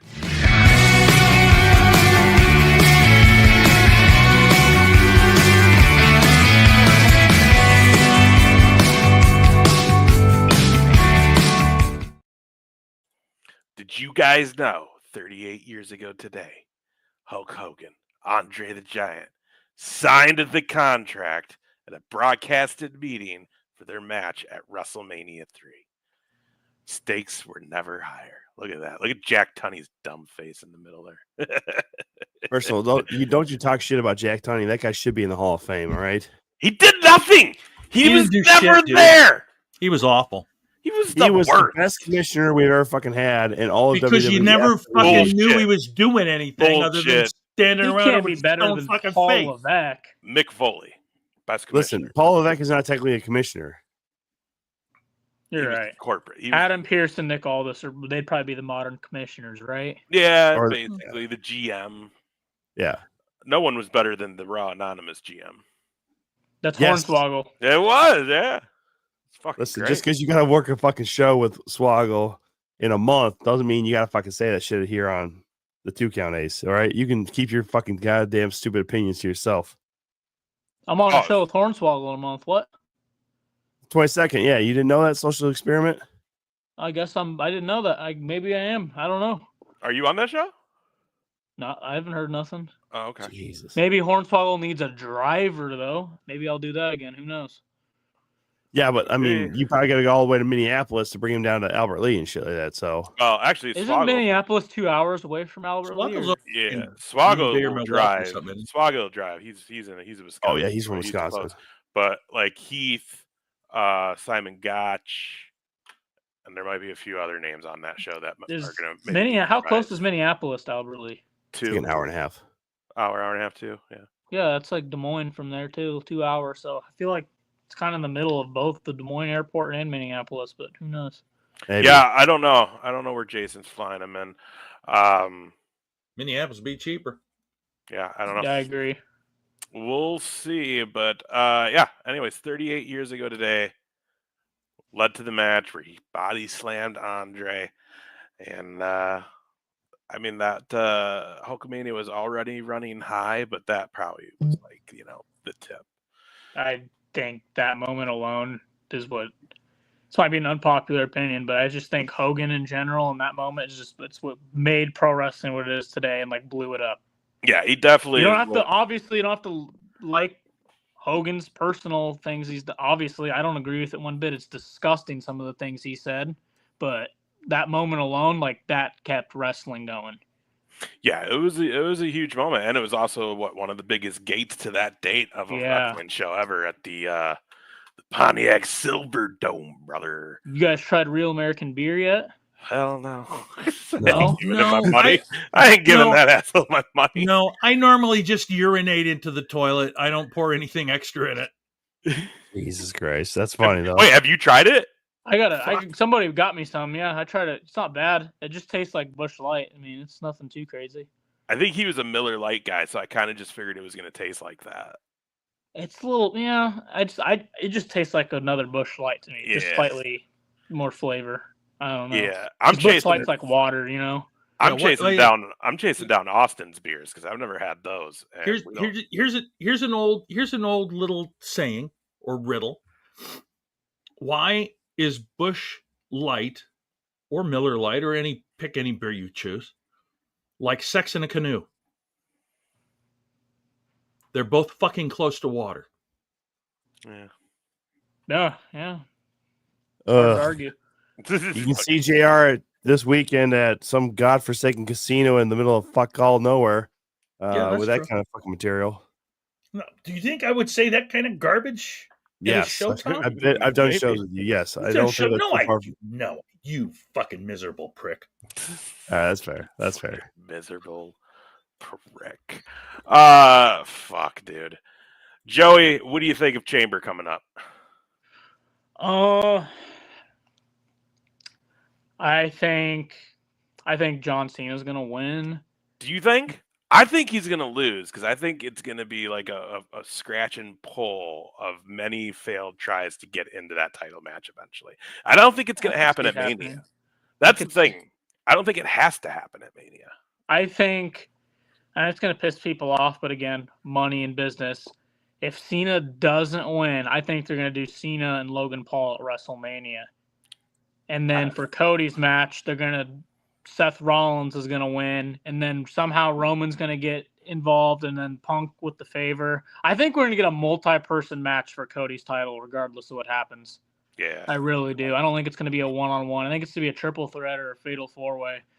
But if Cena wins, then I think they're going to do Cena and Cody. And if they do Cena and Cody, maybe Cena will win, and then Cody will beat him, like the last match. What else is on that card? Let me think for a second. Well, there's supposed to be the tag match, right, between Tiffany Stratton and whoever she's aligned with right now, and then Trish. Yeah, Trish. Yeah. Trish against Nia Jax and Candice LeRae. Oh, Trish and Tiffany. What are they? They're Trishy time or something like that. They're gonna win that, I think. Well, I mean, you have to keep it going because obviously we need to build up Tiffany a little bit more as she's going to go and face Charlotte at WrestleMania. What do you think about that, by the way? Are you okay with Charlotte winning the Royal Rumble and facing Tiffany? I think she's one of the best women's wrestlers of all time. I don't see a problem with it. I'm fine with Jey Uso winning too. It's just the internet wrestling fans that complain. Jey Uso's extremely. I was there. I went to the Royal Rumble, and the place erupted when Jey Uso won, and everyone's jaw dropped. No one was expecting that. Right. I mean, the betting odds, the day of, Rollins was the favorite by a long shot. So me being a diehard Rollins guy was like adamant he was winning. Then he gets eliminated. I'm like, great, CM Punk's gonna win. Then Logan Paul tosses him out, and I'm like, okay, well now it's predictable. Cena won, and then when Cena got pushed out, like nobody saw that coming. Yeah, and that's why I don't know why people are complaining about it. Like they complain and bitch, oh, too predictable, this, blah blah blah, and then they do something unpredictable, and now it's a problem. Yeah, I thought it was great. I loved it. And whoever is putting that post out online that's like, oh, they're having trouble selling Mania tickets due to Jey, so that's complete bullshit. That's not true. Yeah, the tickets are fucking $1,000. If they're having any trouble selling it, it's because they're fucking so expensive. They're expensive as I had to wait till the day of to buy my Royal Rumble tickets. Guys, WWE tickets for all right, here's a perfect example. I sat front row, and it's inflation, it's the product being better now, it's supply and demand, it's all that. I always try to sit front row when they're here in Des Moines. I swear to God, if we got like another Whitney without even having fucking Whitney on here. Front row. She always has to sit front row. That's all I'm saying. Oh, front row, second row, just ringside. Front row, if you buy it at the box office, because there's no tax, no fees, $97. Now, when you go to the box office to buy tickets the day of for that front row hard cam side, it's about $900 because they give you the chair and the whole gimmick with it. But if you wait till the last minute to buy tickets, you can get a good deal. For the first time ever, besides the COVID years, WWE did not stop in Des Moines, let alone Iowa, in 2024. But when Raw was here in December of 2023, I got front row for like $180 the week of, which was a good deal at the time. And then I made it on like the Seth Rollins hype package when he was entrance. Yeah, you did. We still have yet to get our Raw tickets. I got to email that gal, make sure that's still available. Raw tickets for Minneapolis, but yeah. And then there's a few sources on Twitter, MMA sources, that apparently, I mean, all these sites have confirmed it except Wells Fargo Arena, but apparently Friday, May 2nd, SmackDown is going to be in Des Moines, but it's going to be a TKO weekend because Saturday, May 3rd, UFC Fight Night in Des Moines for the first time ever. Oh, wow. They have never been to Des Moines. They did one of the early UFC shows in Cedar Rapids, but they have never been to Des Moines before. What I guess the question behind that was Iowa one of the last ones to sanction MMA fights, or no? I don't know, because we get local MMA shows a lot. Okay. Like how there's indie wrestling, like we get all the local stuff all the time. There's a commission though. Yeah. Well, then we all know about that now. Have you been paying attention to the Iowa wrestling indie wrestling scene lately? You'll know all about the Iowa Sports Commission. Not trying to be dicks. We just are dicks. All right. Fake news. Fake news. Fake news, my ass. Fuck you, Jer. Don't say that. It's not fake. I know it's not. I'm just saying. We don't want to spread rumors because they're fucking real, anyways. But like, yeah, you know. Yeah.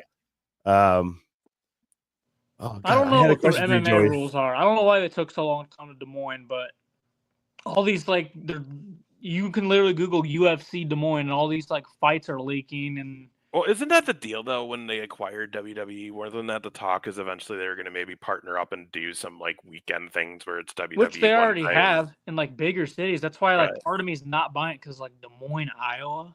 But it's the biggest city in Iowa, so maybe they're just trying to reach. They have to. I mean, they've been to Omaha like in 08, Yeah. but they've never done Des Moines before. And Well, I think that's it the whole needs to thing. have a very, very good. I think it will sell really well because they've never been here. But I was just gonna say, because I mean, with the wrestling history of Iowa, whether it be Hawkeyes, Iowa State, Northern Iowa, it doesn't matter. Like with the wrestling pedigree that Iowa has produced, and so many guys going through the UFC and just in general MMA. I mean, I can't believe that Des Moines hasn't had one before though, because I mean, hell, we just saw Jeremy Stevens, Little Heathen. exactly. He's an Iowa guy. He just he just beat the shit out of Alvarez in Philadelphia for bare knuckle fighting championship. So Congrats I mean, there to is 515 guys there in guy, Iowa. Jeremy Stevens. Hell yeah! But exactly, it could be the start of something big. I think so. I mean, I don't know honestly, if that they'll would be able to actually be a make good it though weekend to do because it. there's an absolute show in Waterloo on Saturday, May 3rd. But if the UFC comes to Des Moines, that's huge. Joey's gonna just drop all the commitments. I'm gonna be a fucking WWE front row. I'm gonna be a UFC front row. I mean, that's the thing. When you go to UFC front row, man, like if you get front row tickets for a UFC event, man, like there's some heavy hitters there, dude. Like all the legends come out for those kind of shit, man. So you're gonna be sitting next to some real people. I mean, for fight night, a little bit, but like their pay-per-views, yeah. I mean, you could have the President next to you. You could have Theo Von next to you. You could have Randy Orton, Triple H. I mean, everybody goes to those, it seems Taker. like. You never know. Hey, nobody. Is Theo Von still cool? Yeah. I went to Davenport or Moline technically to see Theo Von in October. I had a blast. Awesome comedy show. Oh yeah. He did that show down here with that my friend did with Gary Vee and I. Yeah, but that wasn't like his real show though. Well, I'm not asking about his show. I'm just saying, like, is he still a cool guy though, or has he become kind of douchey now that he's gotten way bigger? Oh no, he's cool. I think he's a cool guy. Like he was super cool when I was driving around Rochester and then hanging out with him at the after party. Like he was a super cool guy. But I know he's gotten like really, really big lately. Yeah, it was packed. It was a packed show for sure. Tom, yeah, we could do that. Okay. Joey, how do you feel about doing the town game? We'll make 2 for 1 for everybody who's watching still. Everybody's watching still. It's a special bonus. Play the fucking theme.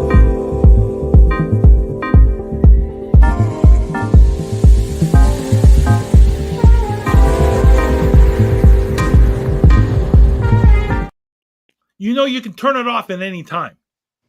Yeah. See, here's the thing. I love doing the town game with referees more than anything because I think most people don't think that you guys can wrestle. And I know Joey Jojo here can wrestle. Like he's motherfucker, we've only done this with one other referee. Yeah, because we've only had one other referee. So that's why I love doing them with referees.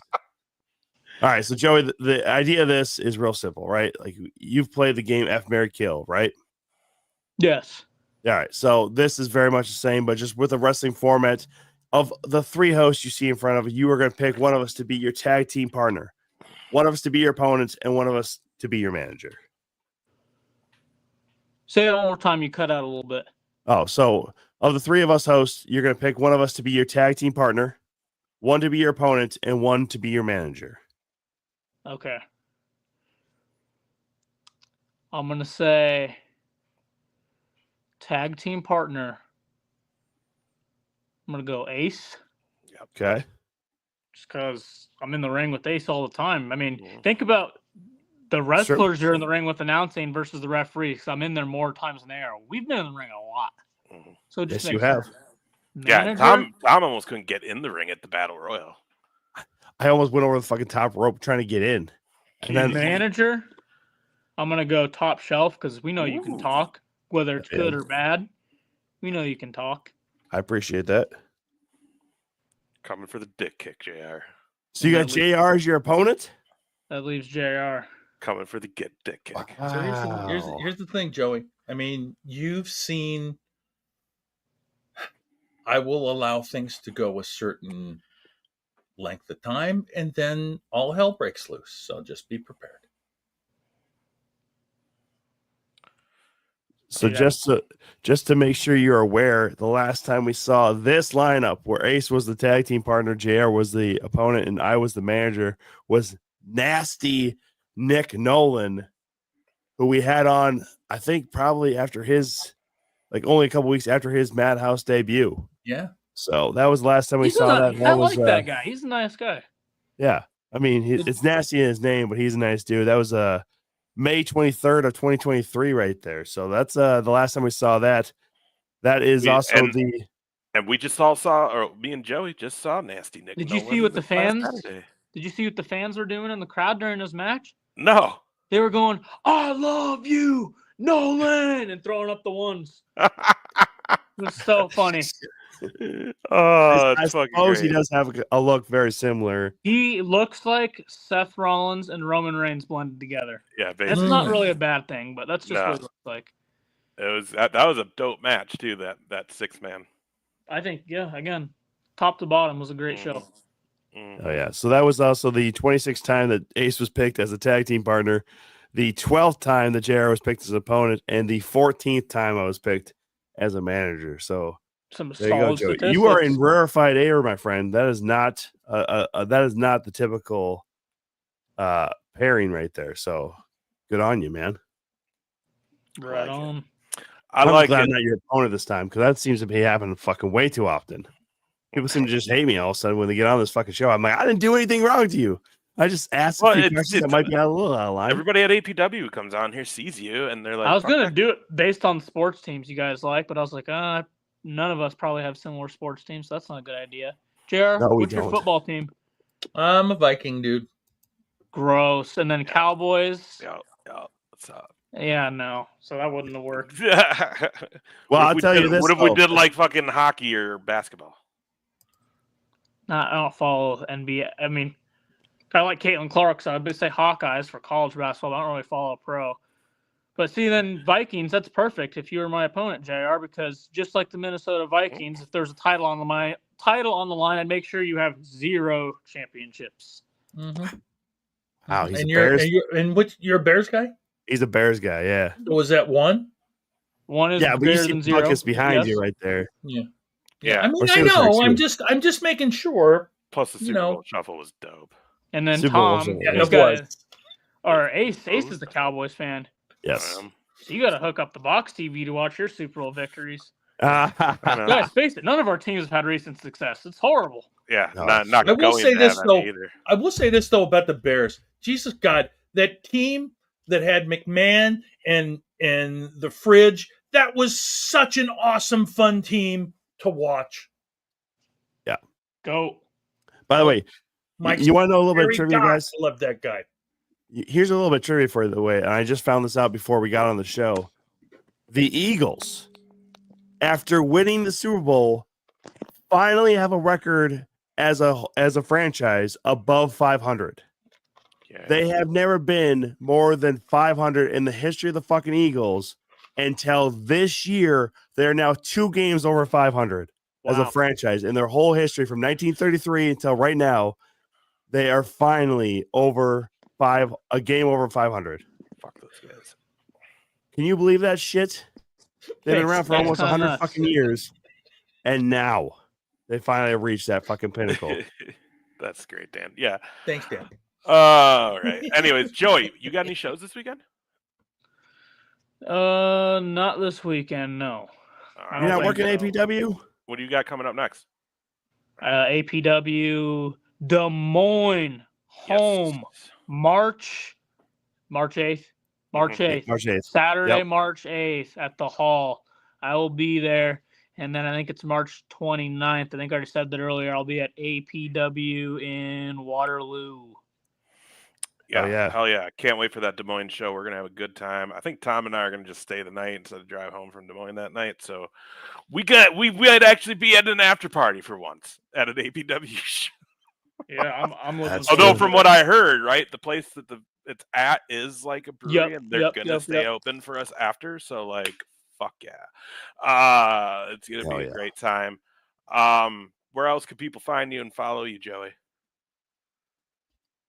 Oh shit, did he freeze? He did. He's froze.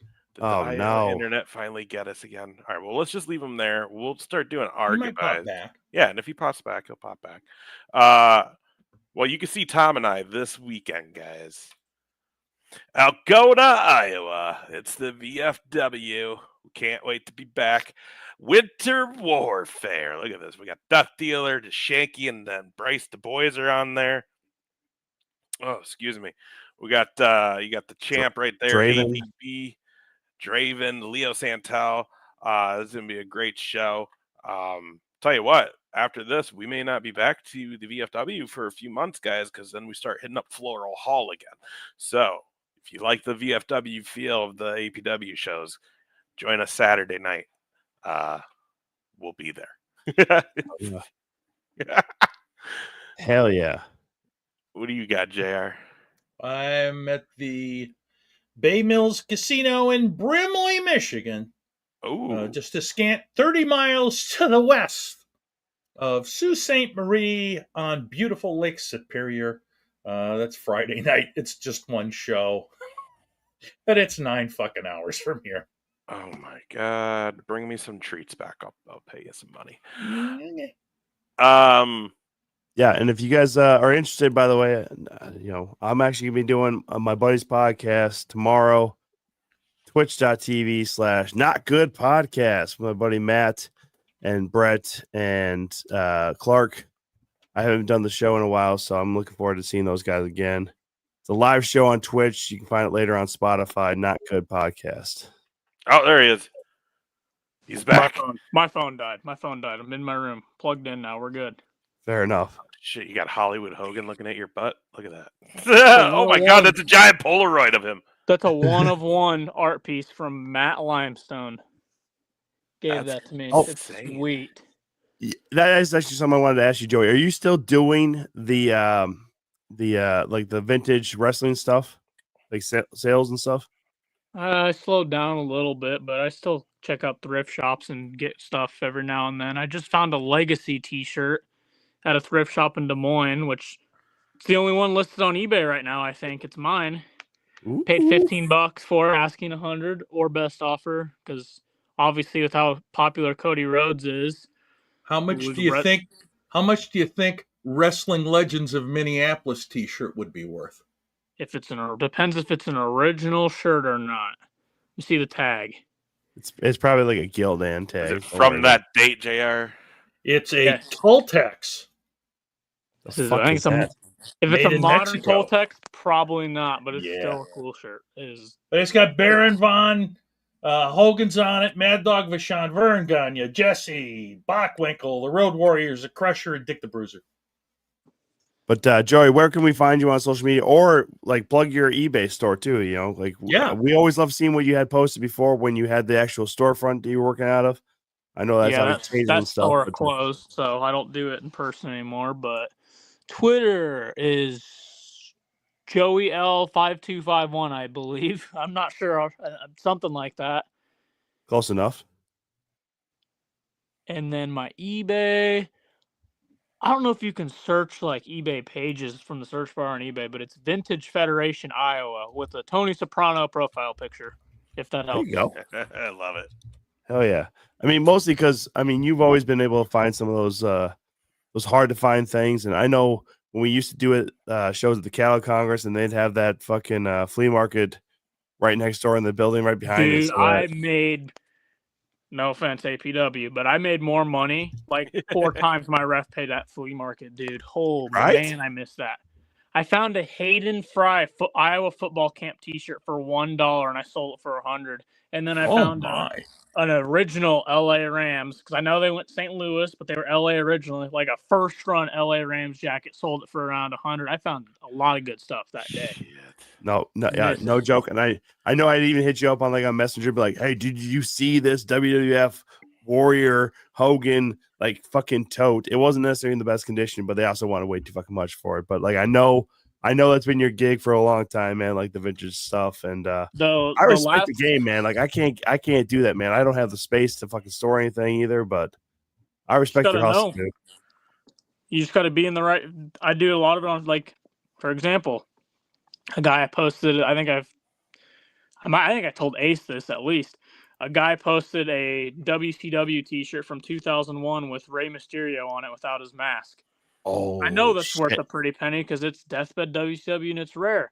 So I was like, how much do you want for that? And he was like, well, he's not wearing his mask, so I'm gonna need, if you PayPal me $10, I'll ship it to you. I'm like, okay, got it. Listed on eBay for $1,000, and I got like offers of $250, $350, $450. I sat on it for about 2 weeks, and someone offered $650, and I accepted it. Damn. I'm gonna start going to fucking thrift stores and fucking swap meets now. Joey's got that money, dude. That's the way to do it. That's how you buy a house. Be like, Joey, sell this shit for me, and I'll give you a cut. That's that's probably my best flips, or one of my best flips easily. God, that's fucking crazy, bro. I mean, yeah, he won't take the mask off in public now either. Like, he's gone all like El Santo about this stuff, man. Because he knew what it was a mistake. I've sold like 90s Dallas Cowboys sweatshirts for $80, $90 with like a huge star on it. Are you familiar with the Nike Center swoosh hoodies that have like the swoosh right here? Yeah. Because Travis Scott wore one and they blew up. So I was at Plato's Closet, which is like a secondhand store. Yep. I was at the Ankeny one, and I found a gray Nike Center swoosh hoodie with a navy blue swoosh, and then right here it said Cowboys and NFL Pro Line on the back. I'm like, bro, that is so rare, and it was $10, and I think I sold it for, I want to say $250. Oh fuck! What size was that? It was an XL. Fuck. Oh, Ace would have fucking jumped on all over that, man. No, I wouldn't have. It need to be one more X. Fat. Remember, Tom? I'm fat.